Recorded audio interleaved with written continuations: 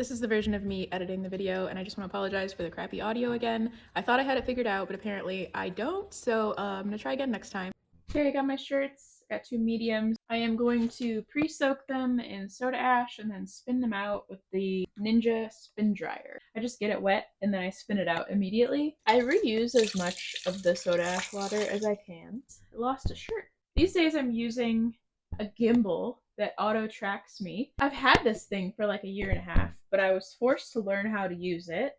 Now I'm like, why didn't I do this sooner? Because this thing is pretty cool. Made it very easy to do the last YouTube video. So basically I just like record myself and then edit it down and then I upload it. But when you're trying to record yourself and you don't have some kind of like auto tracking tripod or somebody else to record you, it's really time consuming. But I did that for a long time just because I enjoy making videos. What I was trying to say here, but the audio is terrible. If you're an artist and you're trying to get your art out there, but you're burdened by social media and trying to figure it out, making videos and posting them and strategizing about social media, if you don't enjoy it or if you haven't figured out how to make it fun, like another form of art, it just feels like a time suck, like it's just using all your energy. And when it's not energizing, it's hard. So I feel for you guys if that's you.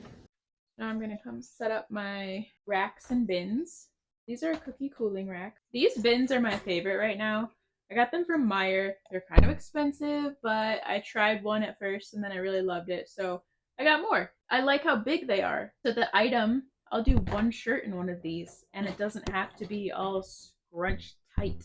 And also the ice can sit on the edge and beyond the edge of the shirt, so it's getting fully saturated evenly across the whole thing. I think sometimes in the past, the results I was getting were not what I would have hoped for because the guard for the ice is like right against the edge of the shirt.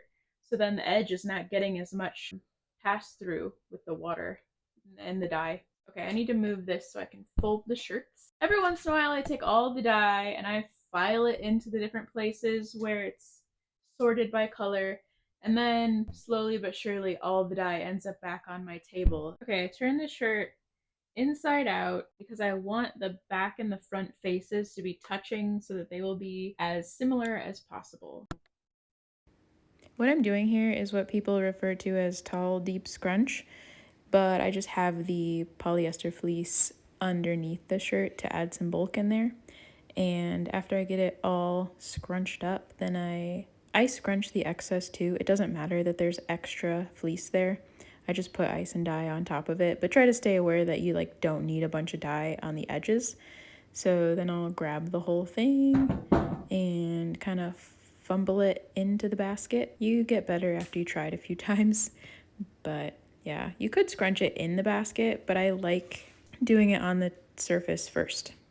All scrunched in there. So the folds are nice and smooth and big and deep, and there's no tiny crinkles. If this is the first time you're seeing me do this, I have another video explaining what I'm doing.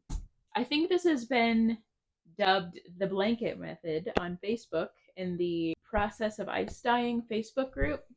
Go join that if you haven't, but I assume most of you are here because of that group, or a lot of you if you're here for ice dye. Maybe I should try scrunching it a little differently. I tried to make the scrunches on the second shirt more random, but I don't think it made that much of a difference in the final results. At this point, I was getting tired and I realized my camera did not record most of the dye application process this far.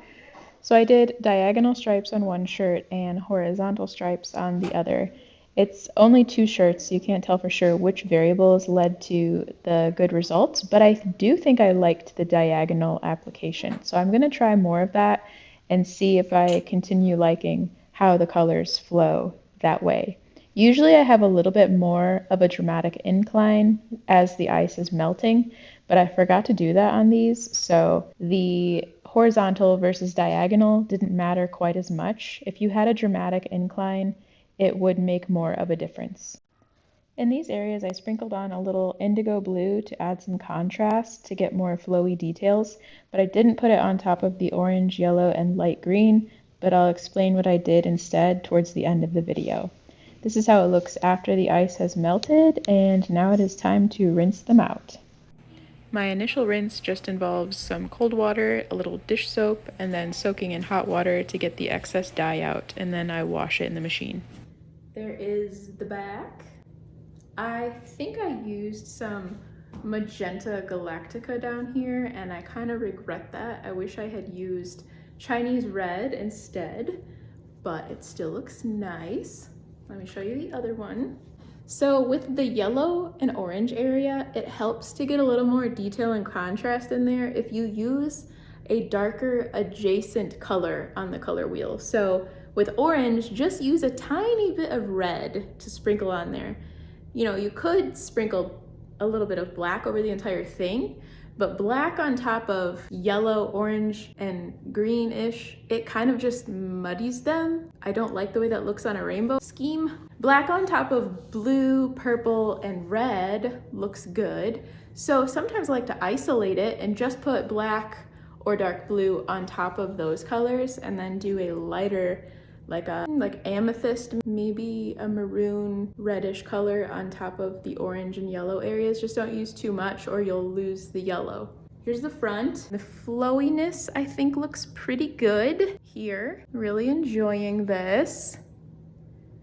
And I think I might try more of them with no incline. Let me know if you have any questions and I'll try to go over them in the next video.